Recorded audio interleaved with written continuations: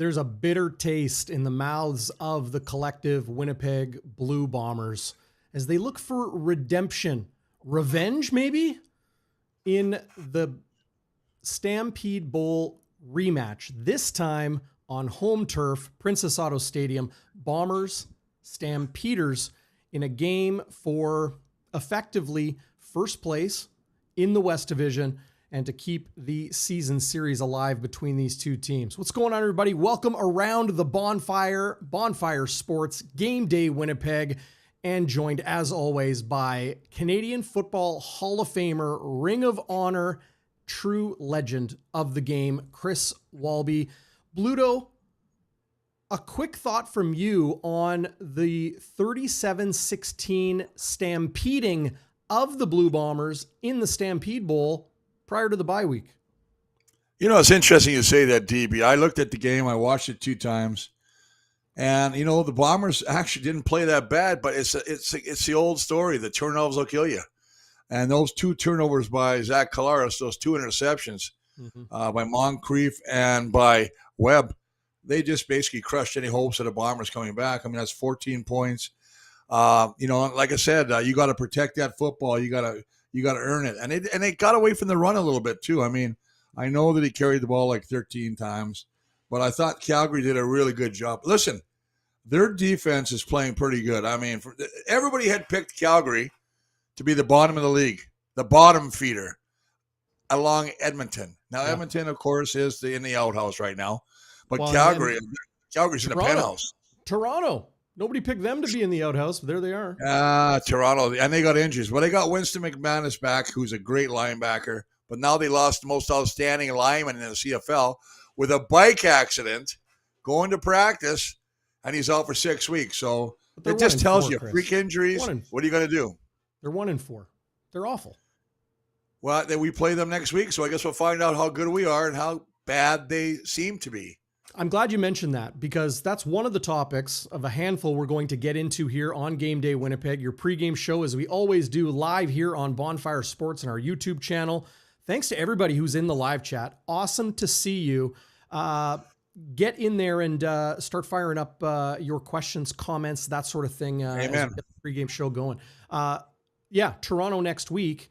And it was like, it's Calgary back-to-back. It's Toronto back-to-back. It's Calgary. There's another back. We'll look at the Blue Bombers schedule. They're in the midst of 11 straight games. 2 bye weeks already in the books for Winnipeg out of their 3 this season. And other teams in the CFL have only had 1. Yeah. Right? Some haven't had any. So that's great. That is crazy when you think about the fact that somebody has none, and we had 2. Yeah. Now we got a long stretch, as you say, before another bye week. And we know that one of the big things is injuries, right? When you got that, you don't get a break. You have shorter weeks, whatever, 5 games between games or 5 days between games, And we see the Bombers today that we'll get into 2 major, and I call them major because they're 2 major guys not playing against the Stampeders, 2 major cogs of the Bombers offense. And it's going to be a battle. I know we're good at home. I know. And I know that Calgary has not won in Winnipeg in the last 8 games. But that's a stat. And you can do the stats, right? Shove up the old pipe. It don't matter. So, it's just, but any given day, any given Sunday, I love that movie, great movie. But you know what I mean? I think it's going to be a great game. I still think another sellout for the Bombers. 8 straight. Wade Crazy. Miller, Kyle Walters, Mike O'Shea, great job of getting the fans into it. We're going to set a record, I think, now. So, and rightly so. Winnipeg's won 8 of their last 9 home games. And the Stampeders, they've lost 8 straight, as you mentioned, in Winnipeg. Last time they won, July 7th.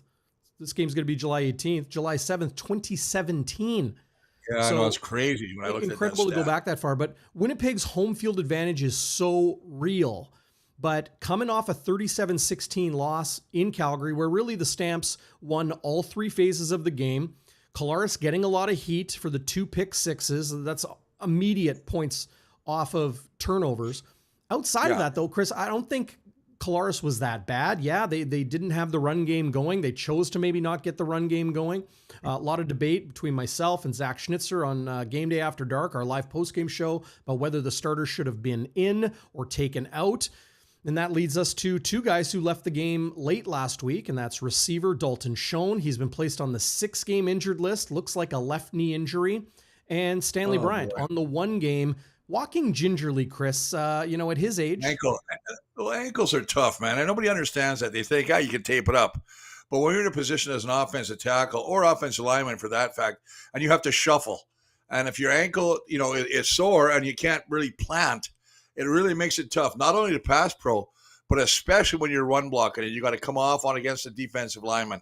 So, I mean, listen, I think this is the 4th or 5th game in his career that Stanley Bryant has missed. And if that's the case, it's got to be something that really is bugging him, because I know a lot of people I talked to around the city, they were saying, Stanley, he's just getting a rest because he's a vet, but he'll play. Well, obviously not. Now you got Micah Vanderpool playing in the left tackle spot. Wallace, another basic rookie in my mind, only 2nd year at left guard. Woohoo, baby. Look out. You got Vaughters. I mean, we're going to look at some guys. If you want to see a defense that played really well, I watched Calgary play Saskatchewan. They held Saskatchewan to 16 yards rushing. It was just amazing to watch. I mean, this, the defensive coordinator for the Calgary Stampeders, I'm going to look him up right now. I got here, Bob Slowick. Yeah. He is doing such a good job with this defense. They are playing inspired football. They run to the ball. Man, but as you're looking at that, let's go back to your injured list, because I can see you pulled it up, and that's what the fans want to see. Yeah, just to put a bow on it, Dalton Schoen placed on the 6-game injured list with a knee injury. Eric Lofton, who was a starting tackle for the Blue Bombers last season for a good start, he is on the 6-game injured list as well. So it will be Micah Vanderpool kicking from guard out to tackle, and Winnipeg will dress just one backup on the offensive line, which means we'll come back to it in a second. We'll come back to it right now. Which means on defense, Cameron Lawson, the Canadian defensive tackle, and Jake Thomas. You see those numbers next to them there, 59 and 60? Well, those will be the jerseys, the pennies that they'll slip on if they do need to move to the offensive line in a pinch. But 𝘽𝙤𝙤𝙧𝙬, for my money, Chris, a starting caliber offensive line is there as well. So Vanderpool and Randolph will have to hold things down on the edges against a Stampeders defense that you mentioned has been incredible this year. They really haven't let anybody push them around.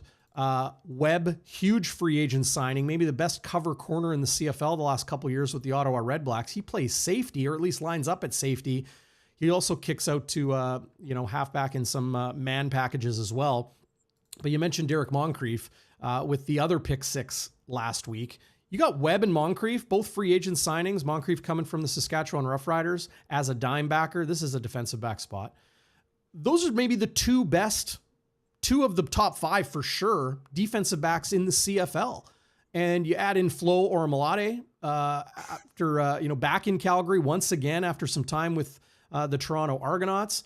Kyle Wilson, a free agent signing a few weeks ago, what he's been able to bring, and just a rotation on the defensive line, Chris, that I know you've been very impressed with. Well, I have been, and it's interesting. I watch the game balls, and Dave Dickinson likes to give a game ball out to a guy. It doesn't matter. He doesn't do the norm where he goes one offense, one defense, one special teams. He just gives out 3 game balls and who he thinks played very well. And he gave one to a guy named Clarence Hicks, the defensive end with 2 sacks, who's really upstart. These guys got motors. I mean, you mentioned Ormolade. He's great. He's the leader of that defense. But man, they got some guys in here. Wiley, Jalen Hutchings, at defensive tackle. He leads them all in sacks for 3. That's a tackle. So it tells me they're getting some incredible. Yeah, they're getting some good push up the middle. But I think that, Webb, and I remember that Zach Collaros, before the last game they played, he was so impressed with Webb. He said, Webb's the scariest guy back there. He disguises a lot of his looks. And you know what? He just says, I think he's the best. Now, that's incredible compliment coming from a Hall of Fame quarterback like Zach Collaros. So I think it's going to be a really good game. I think Calgary is on fire right now. They're 2-0 on the road. So don't worry about the 0-8 crap, at Bomber Stadium. It is tough to win here, though. Yeah. It is very tough to win, especially with that crowd. Winnipeg undefeated at home this season. Man. Calgary undefeated on the road this season. The rubber's going to hit the road on Friday night here in Winnipeg, and it's going to be a great one. Be sure to join us for the post-game show. That's Game Day After Dark, live following the Bombers Stampeders game. Schnitzy is out of town. He's going to be in New York at a wedding with some family. We've got a special guest joining us on the post-game show. It's not you, Chris. No, I'm at the lake, brother. You're at the lake? Okay. I'm being told my microphone is a little bit quieter than Bluto's. If that's the case, thanks, Leslie. Let me know in the live chat, everybody. Thanks for that. Who was it? Somebody asking, Wesley is joining us from Dawson City, Yukon. How's it going up there? Beautiful in the summer. Is Biggie playing tomorrow? Adam Bighill is still on the practice roster. He is not playing for the Calgary Stampeders tomorrow. No. But, they don't need him, Chris. The Stamps defense is incredible. I want to go back to the Winnipeg offense. And, we touched on the offensive line, but I would say we've buried the lead because the biggest story of the Blue Bombers this week is Cody Case stepping in for the injured Dalton Schoen and not splash free agent signing by the Blue Bombers receiver Dillon Mitchell, who remains on the 1-game injured list. That means he's getting a game check. He's got a game check in every game this year. But, the guy's got 1,800 yards in the equivalent of 2 seasons, spot duty and, in and out of the lineup for the Edmonton Elks due to, health and that sort of thing. I thought Josh Fry-Sam of the Winnipeg Free Press did an incredible job. Here is his piece in the Free Press, and I wanted to pull up this quote from Dillon Mitchell saying, "I wouldn't say it's frustrating, more so on myself as a teammate. It's frustrating to watch guys like Dalton go down. I know Cody pretty well, and I think for myself, anything that Coach O'Shea has talked about, I would pretty much reiterate. And when the time is more than right, I feel like Coach O'Shea and the staff know what they're doing." A lot of people not happy that they haven't seen Dillon Mitchell yet, and that this is a great opportunity for this big free agent signing to enter the lineup. Instead, it's Cody Case, who's been on the practice roster all of last year. This year, I think he's dressed for a handful of games. He's got 1 catch for 5 yards in his CFL career. This is not anything against Cody. I know that the offensive coordinator, Hogan has said that he likes what Cody Case brings to the offense, but I still look at that and go, Mitchell, and again, with Edmonton last year, had a great year, had 7 touchdowns. He makes some big catches. And then I remember Hogan, the offensive coordinator, saying something like, he's getting better at understanding our offense. So I don't understand. That's kind of a weird comment to make about a guy. It's like, what do you mean? Is this guy, can't figure it out yet or what? So, and I know there was questions about his fitness. That was the big stink beginning, that he's not. See it right there. Oh, he was talking about Case. I don't care about Case, but I mean, he could be. Maybe Cody Case is going to be the guy. I know he also does some returning, but I think we're okay with Vival. So here's Jason Hogan, Blue Bombers offensive coordinator, saying, "I like where Dillon is at. He's been growing tremendously. He's come a long way. I think it's hard for anybody coming into a new system, right? And he and I have 0 experience together, but I really like where he's at. I like where he's been climbing week in and week out, and that's where we need to see. That's what we need to see from him. We need to see everybody do the same thing week in and week out. Just keep getting better." Everybody is saying the right things. Well, of course. What are you going to say? Right? You're not going to say anything negative. You have to wonder, is there something else brewing just below the surface with Dillon Mitchell not being in the lineup? Or is this the case, pardon the pun, of Cody Case being the guy that is a hardworking guy who has bided his time, who has been there day in and day out for the better part of a year and a half, and him being, Mike O'Shea, loyalty, the rest, saying it's Cody's chance. It's his time to step up. I don't believe in loyalty because I believe, this is a business. You could have favorites on the field. The coach may have favorites in his players, but it's about winning the football game. Now, I do know this, the Cody Case in practice has been working extremely hard. And I know that Hogan made a point of saying they threw a ball downfield and he caught a beautiful soft hands and he rolled into the end zone, got up, acted like he'd been there before. Mm-hmm. And, that's one of the things they like. They're impressed with his speed, with his hands, and the fact that he knows the playbook and he can play multiple positions. Maybe Dillon only can play that slot back. Maybe Dillon can't play, the wide out. But, here's a guy. Well, but again, I don't believe that either because here's a guy that's played a number of years. And I know he played a little bit of slot back in Edmonton. So, come on, man. But I digress because I want to talk about something else other than this. What do you got? And I've had somebody stop me on the street the other day and said, hey, Chris, why the HD double hockey sticks didn't we sign our buddy Kenny Lawler?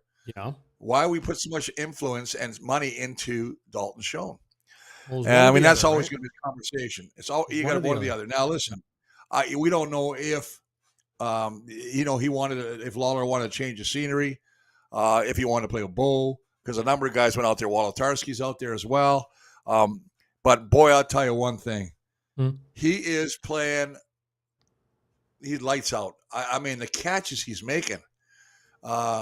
He is just. He's not like wide open.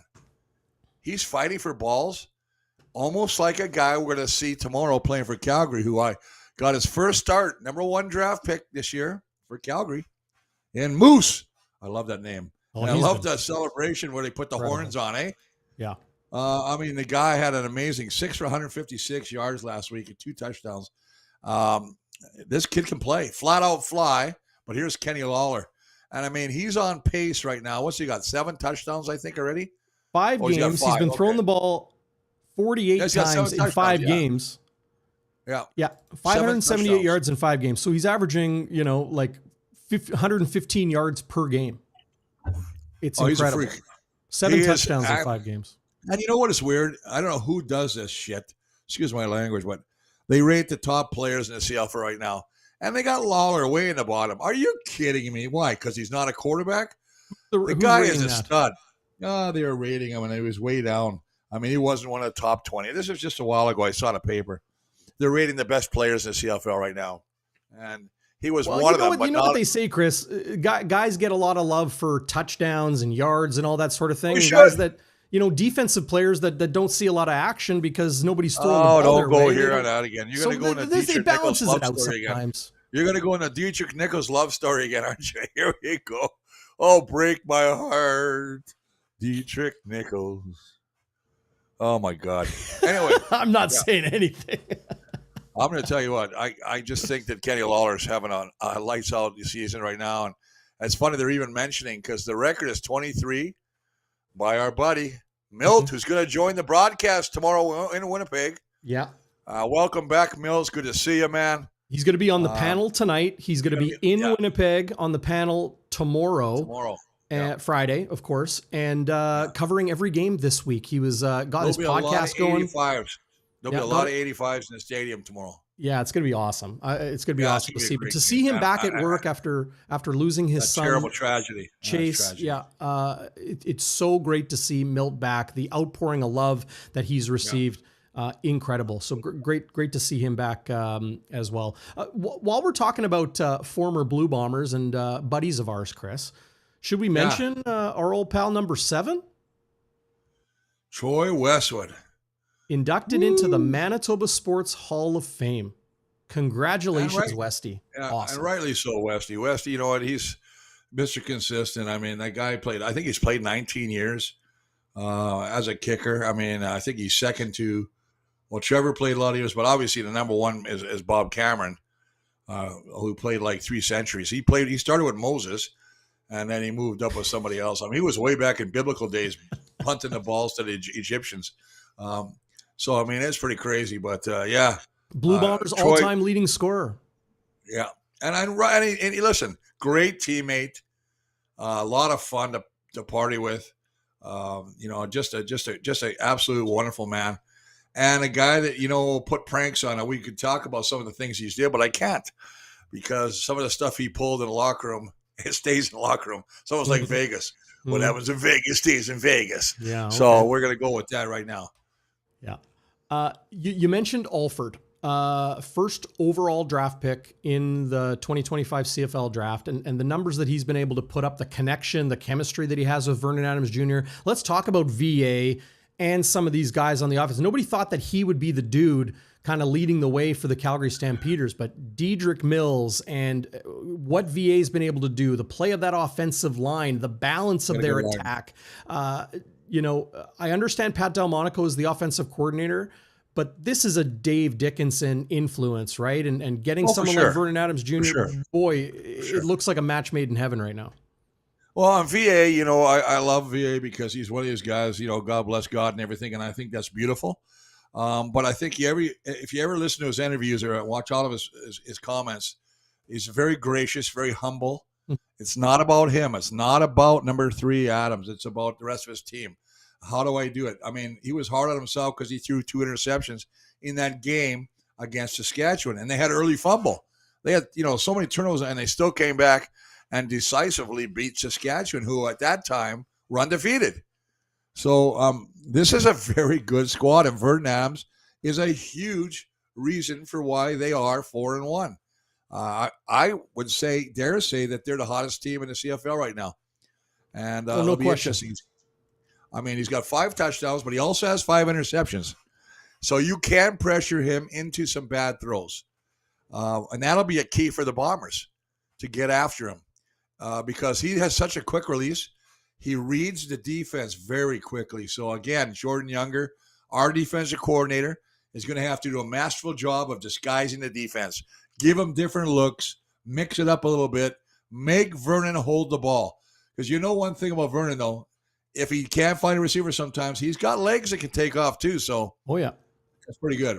So these are Vernon Adams' passing numbers. He is 94 of 139 for 1,453 yards. Like, think about that. In 5 games, he's thrown for nearly 1,500 yards. But he threw his first touchdown pass just a couple weeks ago. 5 touchdowns, 5 interceptions. That's against us. Yeah. His first touchdown. Oh, there it is there.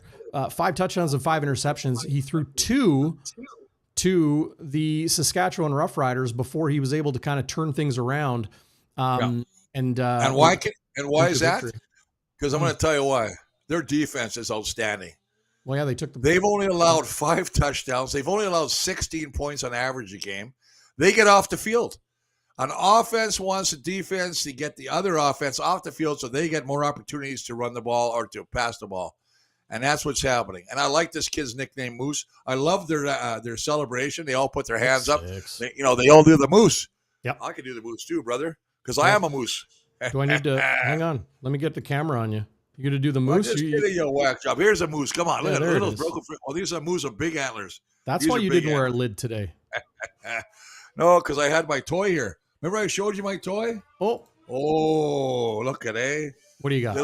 Little shaver. Oh, I'm doing advertisements for here you go, Remington. There you go. Oh, skin to win, baby. Skin to win. Love it. Chris, you're one of a kind, buddy. I am. Yeah. Well, I think that's why you like Damian Alford, because he's playing like one of a kind. 6'6", 225. And in 4 games this year, like incredible, the big play.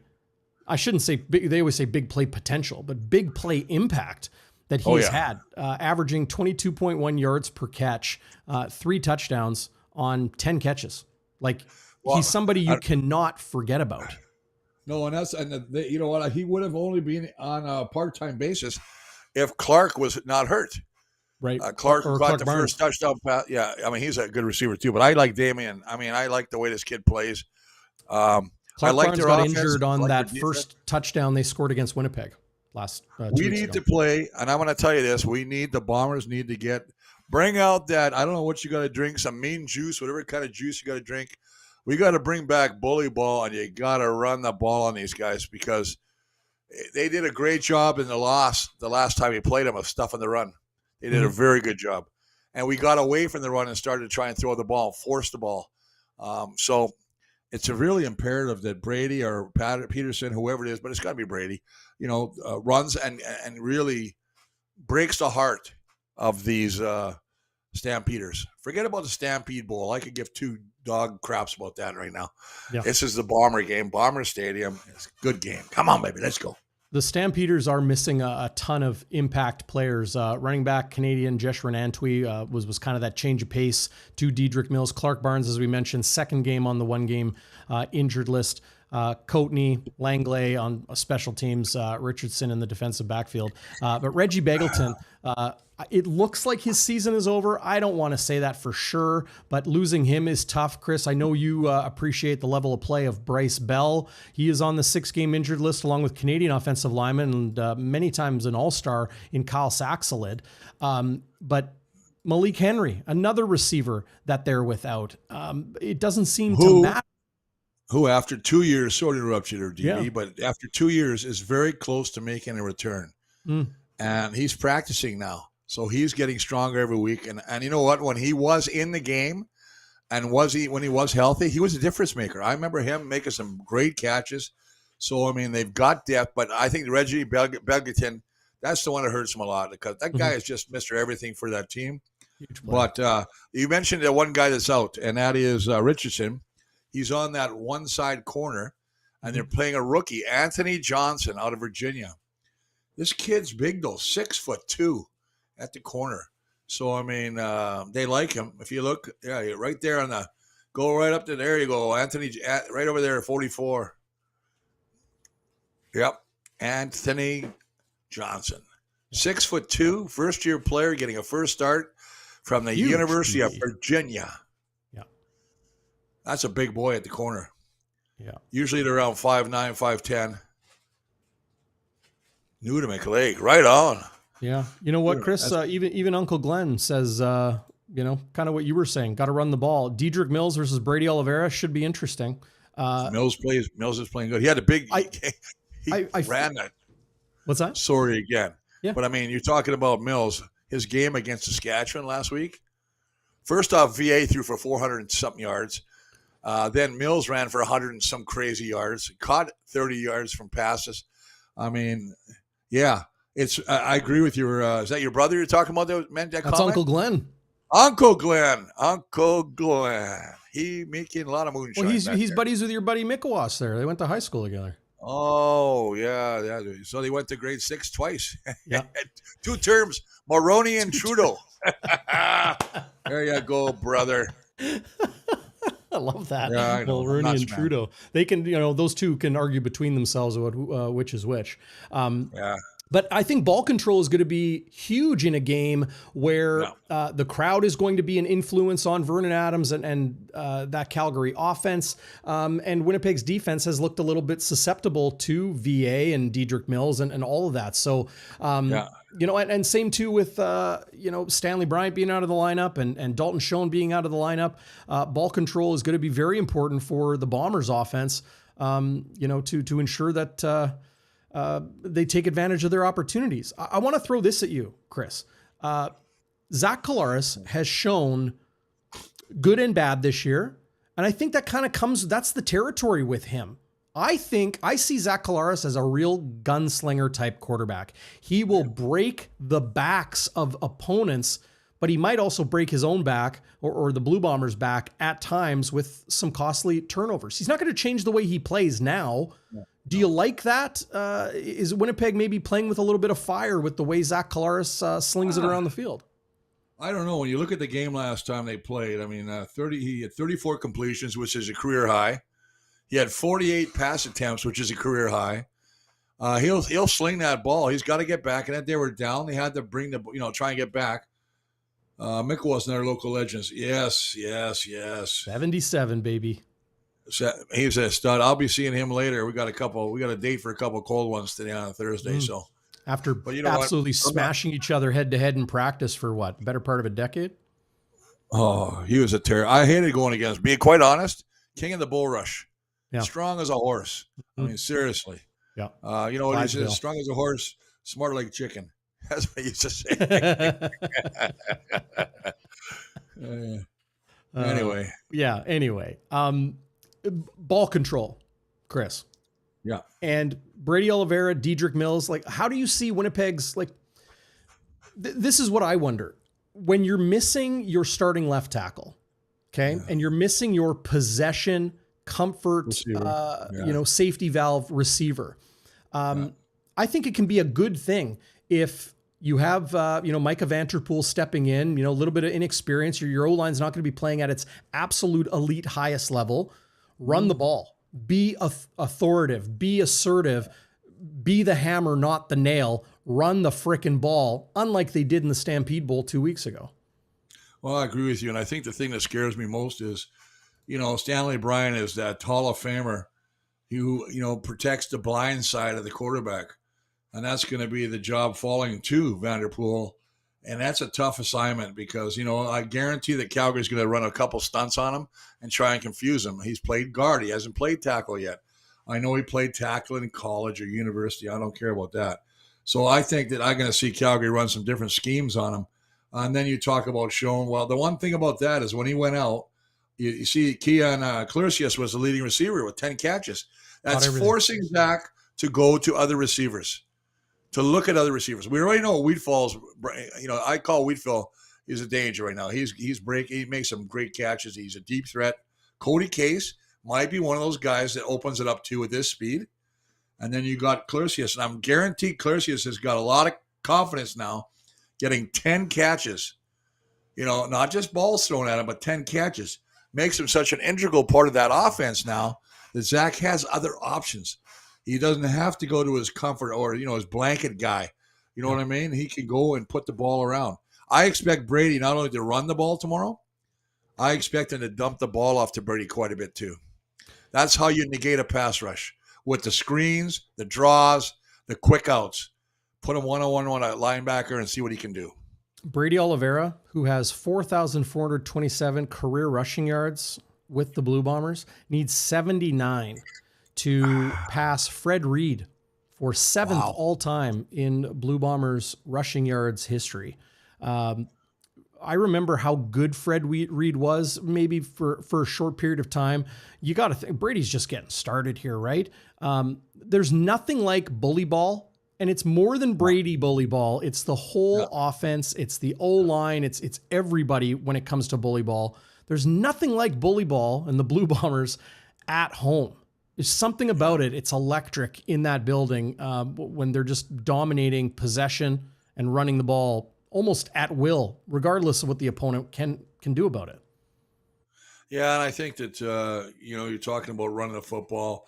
And I'm looking at some of those schemes they ran. I remember last year with Buck Pierce, who was doing a heck of a job in BC, and I was head coach.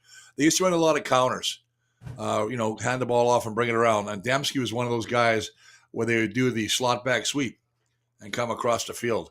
I haven't seen much of that. I haven't seen much draws. What I haven't seen a lot of is screens. And that is surprising to me, especially going against defenses that like to really blitz. I mean, you can't run a screen every time. But if Calgary is going to start bringing 5-6 guys, that's what I'm doing. I'm going to throw a screen. Because if there's somebody coming across, there's somebody open. We're seeing what Jason Hogan brings to the table each and every week. And, not every game is the same. You have to game plan. You have to scheme. The Bombers have a little bit of film on the Stampeders, both in the Stampede Bowl as well as their game in Regina last week. Yeah. That they were able to finally get underway the next afternoon after, the smoke. But, it was worth the wait. That was a great football game. That was a great football game to watch.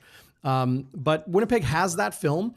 And for Jason Hogan, I think, like you talk about the jet sweeps, that was very Paul LaPolice, very Buck Pierce. You even see a little bit of that with Buck Pierce's offense in the BC Lions this year.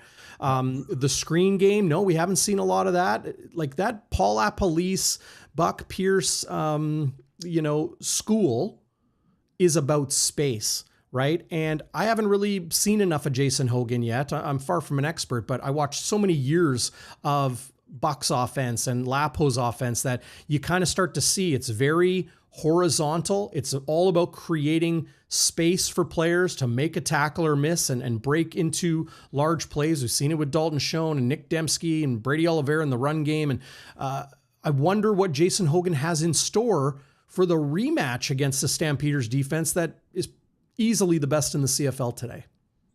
Well, that is going to be very interesting.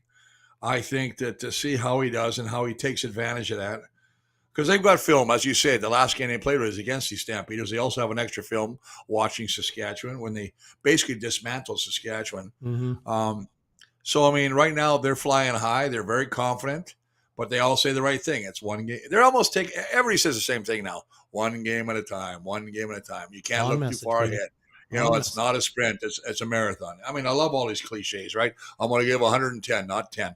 Okay, whatever. But what is this? This is the Game Day Transportation Guide. I just thought I'd throw it up for fans while you were telling us about sharing your thoughts. God. Look at you. You work for the bus station now? The bus station. That's right. You work for City? I'm driving Uber. Ride. I will say this. They do a good job of, because it's not only the stadium. We're in that construction time of the summer where everywhere is, you know, you got to slow down and, you know, you got people and the fact is you can still get there. And I know a lot of people take the bus. They go to some local restaurant or whatever they want to go to the bar, like Jeffrey's restaurant. Anyway, they go there and they take the bus. So a little plug there for them boys. Haven't been there for a while. I got to get back there, man. Jeez. Anyway, I was making my, look here. This is good stuff to know. Chris Walby's ADD session for us. Oh yeah, it's time to start creating songs again pretty soon. Oh yeah, there you go. I'd be down. You'll be down.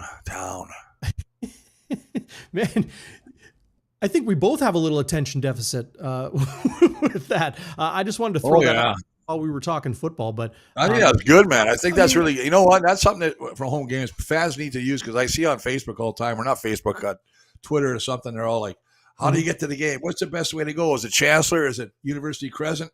And they tell you exactly which way to go. So it's perfect right there. So, and then parking pass and stuff like that, and the tailgate, $6 beers, $3.50. Are you going to the game, Chris? Are you going to be there? No, I can't go tomorrow. I'm going for a haircut. Yeah. Well, I just know sometimes when you're there, the lineup for autographs with you is like, I've seen shorter lines at the Apple store when the iPhone comes out. Oh, it's all right. Well, you know, they're surprised I'm still alive. You know, most of them bring flowers thinking they're going to throw them. I had one guy bring me a shovel and soil. He goes here just to help you on your way. I don't know. I agree with you. I'm a little whack today, so it's good. Yeah. Well, but hey, I want to talk. We haven't talked about one thing. What's that? Go ahead. The Bomber defense. Mm-hmm. There, we talked about the offense of Calgary, the defense of Calgary, offense of the Bombers. What about our defense?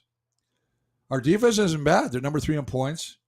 You know, they've got 5 interceptions, but they're going to have to get some pressure. You know, James Vaughters, who has 1 fumble recovery, but only 8 tackles, no sacks. That's unusual for him.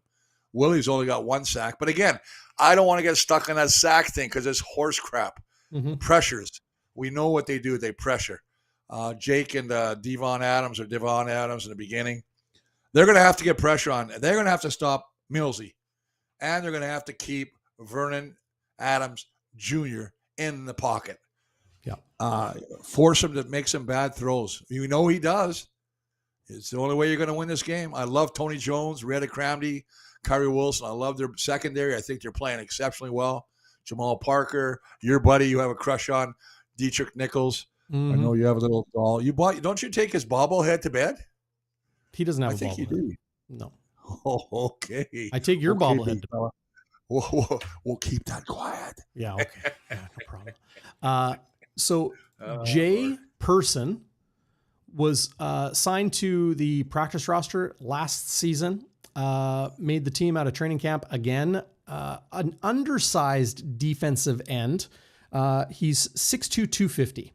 So long, athletic. Watching him in one-on-ones at practice this week, I'm wondering if he's coming in to, just add a little, change of pace, a little different flavor to Winnipeg's pass rush. Was he good? How was he on pass rush? Yeah. Because I know that he was 2-time Defensive Player of the Year. Tennessee Chattanooga. I know that he thought, don't you love that name? I play for Tennessee Chattanooga. I love that, man. That's a great school. I wonder what's their names. Tennessee Chattanooga what? I was just wondering that. I'll look it up. Okay, look it up. Maybe somebody on our comment section can tell us what that is. But yeah, It's pretty good, man. Anyway, I like a guy like this. I mean, anybody says size, you said 6'2". I still remember two of the toughest guys you ever go against would be, James Quick Parker, Mm. who was, 5'10". If he was 5'10", if he put, lifts in his shoes, but that guy can rush a passer like nobody. I mean, there's a lot of really quick defensive ends that haven't been that big, but they get the job done. So we'll see. I'm looking forward to seeing the kid play. I really am. I always like to see new guys.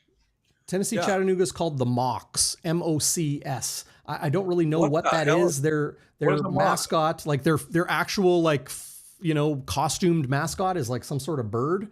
Mocs. Never even heard of a bird called a Mocs. Yeah. Moccasins? Moccas? No, I don't care. Yeah. Anyway, well, their logo is a C. Tennessee Chattanooga. Yeah. Well, but Jay Person will offer a little bit of change on that defensive line. I just wanted to mention what I saw in practice this week. Okay. You do. I saw a lot of Cam Lawson working with the ones. I know that Jake Thomas is listed as the starter here. Folks in the know that Cam Lawson is pretty much the starter Canadian defensive tackle there. Reddick Cramdy at the dime. However, Michael Griffin is in the starting lineup a lot. Well, how do they do that? Well, they take out Devin Adams. They'll go Vaughters, Lawson, Jefferson on the D line. They'll go Jones and Wilson at linebacker. They'll go Cramdy and Griffin in a 2 dime back set. Well, it's a 3-4. It's called a 3-4 defense. It's a 3-4, but these guys are defensive backs, so it's kind of like a 3-2. It's kind of like a 3-2 or a 5+2, like a 7-man defensive backfield. It's different. You got a helmet? You have a helmet? They've used a lot this year. You have a helmet in your shop? Well, I got a little one right here. Well, put it on because, man, it's called a 3-4. It's not called a 3-2-2. But those aren't linebackers. Chris, all I'm saying is those aren't linebackers. Okay. Well, this is what I'm saying. I agree to disagree. I know it's a 3. I understand it's a 3-4. That's very basic concept. I know that. What I'm saying is, in the NFL, when you have 11 players, you call your defensive back. You call this the nickel. 1, 2, 3, 4, 5. 5 defensive backs. They call that the nickel. Well, in the CFL, you got 5 defensive backs all the time, no matter what. 2 corners, 2 halves, and your safety. So this is why I call it the dime. You've got the nickel, and then your 6th is your dime backer. This is 7. So in the NFL, they'll call that like a dollar package, like a 3-4, 4-3 is your base, but then that would be the dollar package. I was saying to Josh Fry-Sam and Derek Taylor at practice this week, we can kind of call it the toonie, right? Because you would have 2 cover linebackers, a Canadian position. So Cramdy and Griffin with Jones and Wilson kind of in that linebacker second level of the defense. But a lot of 3-man fronts. We look at sacks, Chris, and I don't think this Blue Bombers defense is built to create sacks. I think it's built to create pressure and make things uncomfortable for a quarterback. So maybe the sack numbers aren't going to come. Well, I mean, I think the pressure is more important than the sacks because sacks are just a stat. But I think everyone wants to get sacks because they're in their bonus. Mm-hmm. If you lead the team in sacks, you get a bonus. You look at all-stars, they look at sacks, they look at tackles and forced fumbles and all that good-looking stuff. They also look at how good your team is, right? They also look at how good your defense is. Well, and that bothers me too because some guys are really good on a crappy team and they don't get the recognition. Or some guys are on a shitty defense and they're on the field 72 plays a game. Well, of course you're going to have more stats because they're on the field all the damn time. So there's a lot of things you can look into this. But anyway, I'm just glad I almost fell asleep when you're doing that dollar segue. Well, I'm just trying to lay it out there. Casey Jones, Casey's being not facetious at all. Darrin wants to coach, so he'll call it his way. He does want to coach, but he should stick to volleyball, not football. Okay. I think you like volleyball, don't you? Yeah. Oh, look at Scott. Volleyball's great sport. I'll talk to DB. Yeah.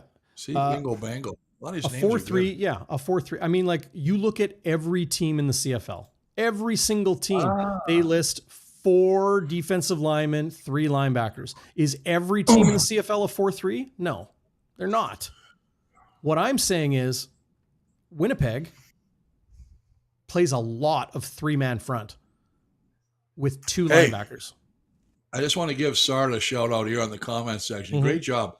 Remember I said mocks. It was short for moccasins? Yeah. He goes, it was called the moccasins in the 80s, but was decided politically insensitive, so they changed it to the mocks. Thank you for that information, Sard. That's great information. Mm-hmm. Makes sense because we were the savages in my university, and then we went back and they With changed Dickinson it because it State? was politically insensitive. We were Dickinson State savages. I understand savages. I don't understand moccasins being insensitive to a culture. No, I know, but I guess depends where you're located, I guess, and what your neighbors are like. And anyway, we are now we're the Fighting Blue Hawks, which is, very. I'm sure it throws a ton of fear into all our opponents. Ooh, it's a Blue Hawk! Woohoo! Look at that. Might as well call ourselves the Peacocks or little Budgie Or the Red Blacks. I can't say Budgie. That's What about Troy the Red Westwood's Blacks? band. What is Troy Westwood's band? Troy Westwood. Little Hawk. He had a band.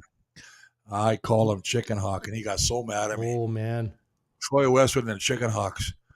I actually have I have 2 of his CDs. He's actually got CDs out, man. And it's not bad. They're pretty good. Love it. Anyway, I will parlay it back to you again. Well, you want me to talk about 3-4 and 4-3 base defenses? How about we get to the 3 keys to the game, Chris? That's good, man. I agree with you. Let's do that, man. Let's get to it. For Winnipeg to have a rebound game at 3-1, get back on the winning track, keep that 8 or 9 game home winning streak alive, and be right back in the conversation. You'll be tied with the Saskatchewan Roughriders for first place in the West, as they're 4-1. The West is great. West is crazy, man. With BC coming our backside too. I'll say this on offense: it protect the football.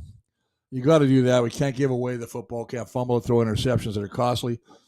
And I think you got to make hay in the red zone. We were only 1 for 3 in the red zone last time. We can't settle for field goals. Defense, eliminate the explosion plays. Man, they had so many. They had 43 to Clark Barnes opening drive, 66 to Jalen Philpott, 29 to Tevon Jones. You got to eliminate those big explosion plays, and you got to put pressure on VA. And if I want to just throw a little tidbit in there, and it's on every game, Bombers, our defense, stop the run. And on special teams, it's, you know what? Continue to do the great job you're doing on cover. Calgary is last on kick return yardage. They're second last on punt return yardage. You want to keep them in that hole. Game of field position is so important. So those are my keys, and I'm living by them. Love it. Monica joins us in the live chat pretty much every single week. What's going on, Monica? Great to see you. Troy's band was Eagle and Hawk. They won Juno Awards. That's right. Eagle and Hawk. And then when Troy broke off to kind of do his own thing, it was Little Hawk. Yeah.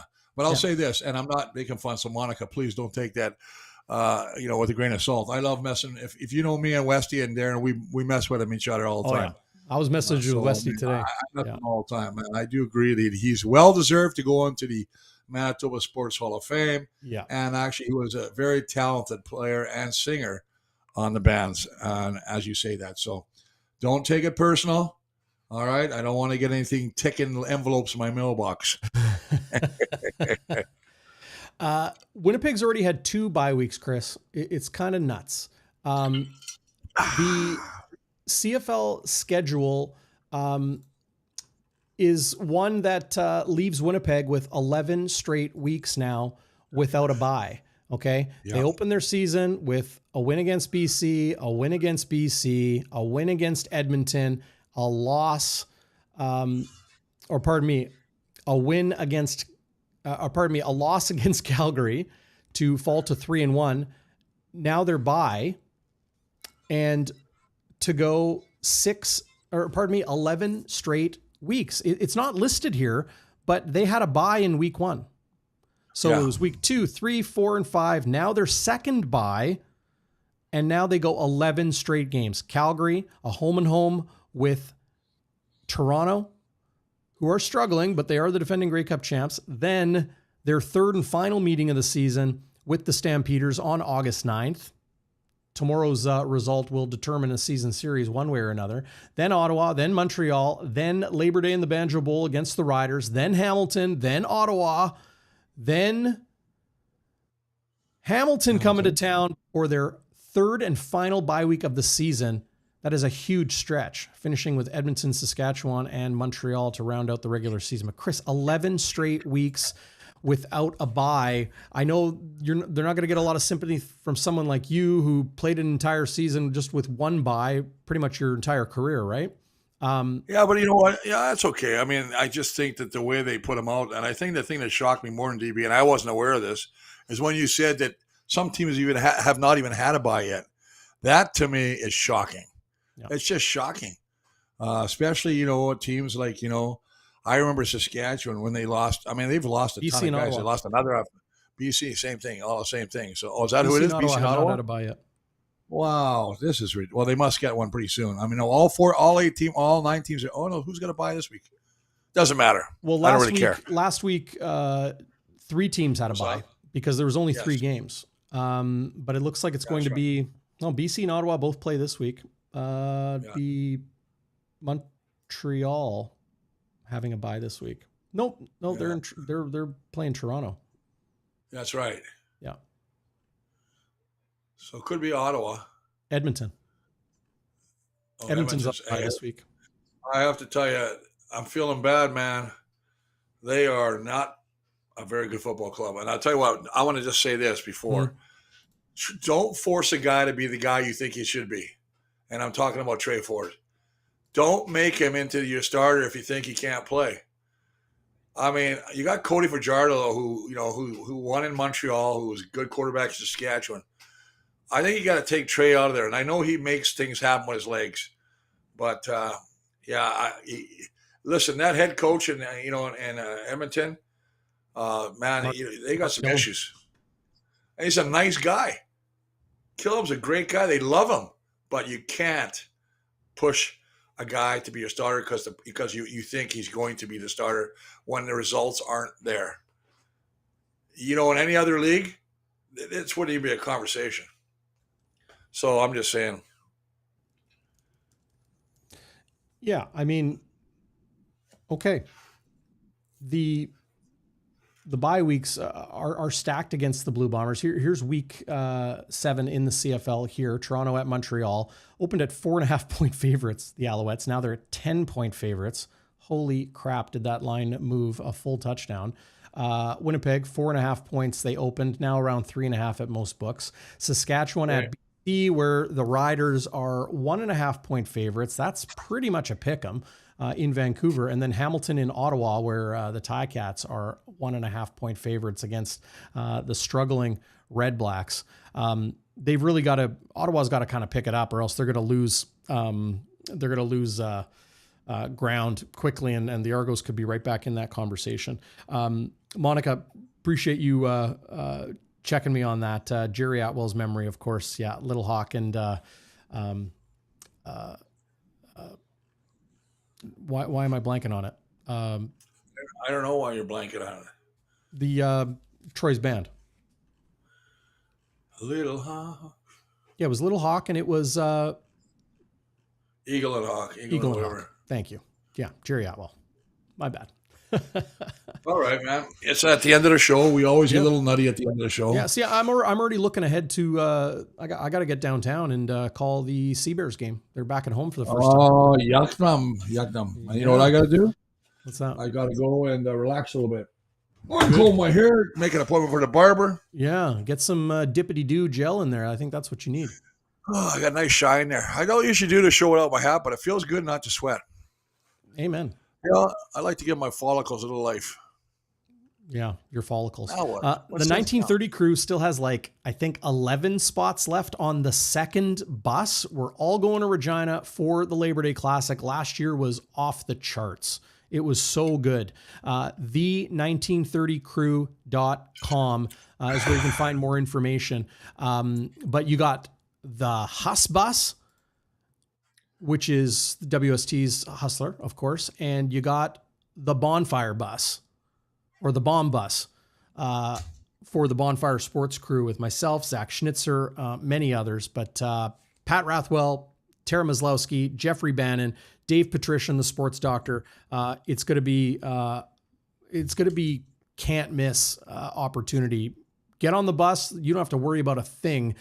Double occupancy and quad occupancy rates are available. So come join us, the1930crew.com. Looking forward to that again. Andrea saying, is Schoen done for the season again? No chance. He's walking around. He's got a sprained knee or something like that. I don't even think he's going to miss the full 6 games, Chris. I don't know, man. I'm just saying. We'll find out. Let's worry about tomorrow. Well put. Well put. Chris, have a great weekend. You too, buddy. It was great doing a show again with you. We had fun. A lot of people. Thank everybody for coming online. Yeah. And we'll see you at the game, or if we don't, we'll see you next week on the show. Postgame, game day after dark, live here on Bonfire Sports. Have a great one, Chris. We'll see you, brother. All right, have a good one, guys. Bombers, you go, baby. See ya.